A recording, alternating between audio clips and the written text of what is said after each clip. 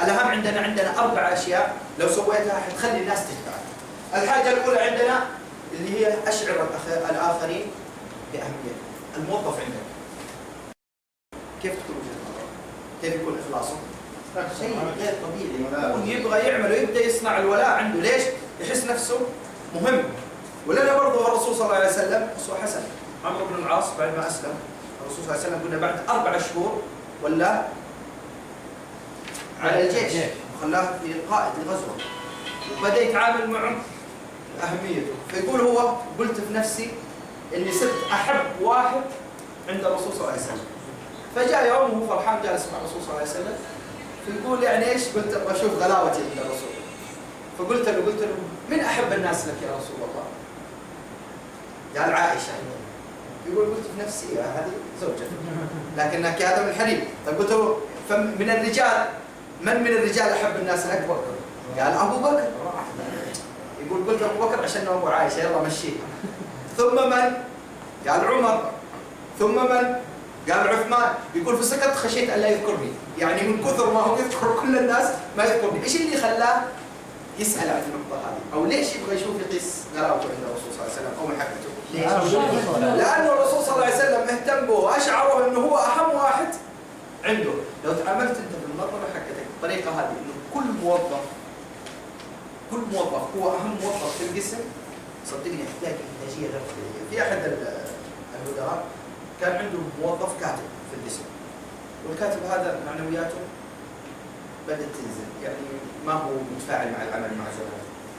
فجاء يوم من الأيام وجاء الكاتب قال له أنا أبغى أنقل من القسم، أنا مرتاح أبغى أنقل الإدارة. قال له تصدق لو أنت نقلت من الإدارة هذه أنا أقفل الإدارة. أنت أهم موظف، عملهم كلهم قائم عليك أنت. هم إيش يسوون؟ يجي يقولوا لك سوي. مين اللي قاعد يكتب؟ مين اللي قاعد يمشي أمور الإدارة كلها؟ أنت. يقول والله شفت منه إنتاجية في نفس اليوم. تخيل في نفس اليوم تغير الرجل من النمط السلبي في التعامل إلى إيش؟ النمط الإيجابي. ليش؟ لأنك أشعرته بأهميته. كلنا بالعموم أنت الآن لما شخص يشعرك أنك أنت مهم وإنه شخص لك مكانة، إيش بتسوي؟ لكن حاجة تستحي منه إنك أنت تعامل كويس. ثاني حاجة روج لرؤيتك. كيف تروج لرؤيتك؟ أنت الآن كقائد صاحب رؤية، لك رؤية استشرافية بعيدة المدى. كل ما تيجي فرصة إنك أنت تقدر تظهرها أظهرها للأتباع. ليش؟ فيه سووا دراسة قالوا متى يوصل المستهلك، هذا طبعا في التسويق، متى يوصل المستهلك للثقة في المنتج.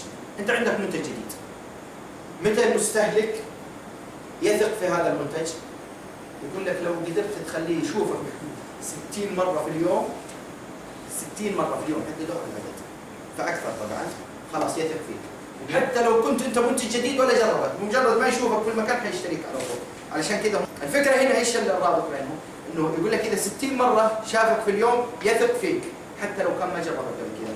إذا رؤيتك لما تقعد تكررها مرة ومرتين وثلاثة وأربعة إيش يصير؟ يؤمن بها. الرسول صلى الله عليه وسلم في غزوة الخندق لما جاء ضرب الصفا والحجر إيش صار؟ قال الله أكبر. ثاني مرة ضرب وكبر. إيش اللي صار؟ الصحابة الآن غزوة الأحزاب العالم كله مجتمع عليهم، هم قادرين يحموا أنفسهم لدرجة أنهم سووا خندق علشان الناس لا تجيهم. فالرسول صلى الله عليه وسلم هنا إيش يبشرهم فيه؟ يبشرهم بفتح بلاد فارس وبفتح بلاد الروم. شوف الرؤية كيف قاعد يكررها حتى في أضعف الحالات وفي أضعف الأوقات. قاعد يقول لهم بيصير. يجيهم بعدين حديث ثاني مع عدي بن حاتم فيقول له إيش؟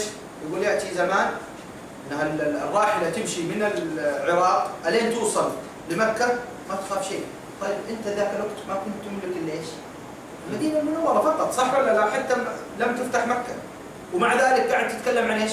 تتكلم عن رؤيتك وتكررها مرة ومرتين وثلاثة وأربعة. يجي في حديث ثالث إنه ما بتقوم القيامة حتى يبلغ هذا الدين ما بلغ الليل والنهار. قاعد يكرر الرؤية مرة ومرتين وثلاثة وأربعة. ليش؟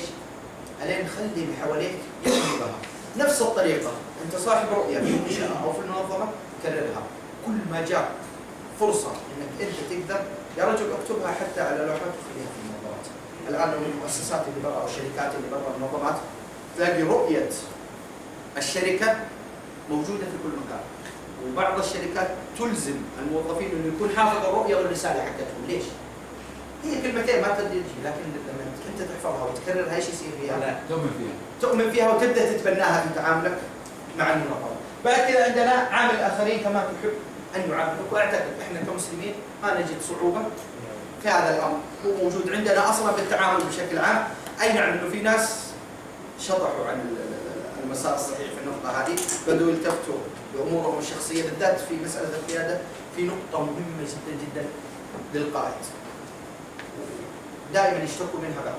في بعض الناس يكون اناني في التعامل، حتى في التعامل اذا وصل مكان قيادي يحب الناس كلها تجامله، يحب كل الامور تمشي كيفه وطريقته وهو اللي يبغاه، تمام، بحكم انه ايش؟ انه قائد. هذا الشيء مو صحيح.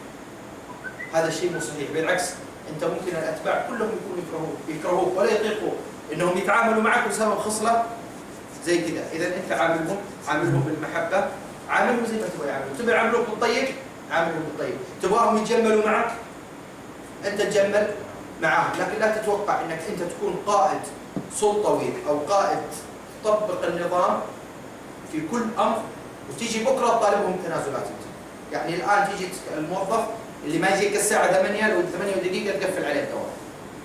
لو طلبته بعد الساعه 4 دقيقه والله ما يفكر. ليش؟ نفس النظام، انت تعاملني بالنظام انا عامل هذا الكلام، فانت زي ما تبغاهم يعاملوك.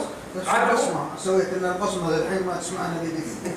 نعطيهم نص ساعه ما يعجبك 3 دقائق. نص ساعه طيب، نص ساعه. ينام 4:30 في العصر، على ممكن يروح ينام ويرجع يبصم. في احد الدوائر الحكوميه ابو حسام، هذا واحد يحكي لنا من الشباب، كان في دائره حكوميه من التوقيع، هذا بنظام التوقيع الشباب.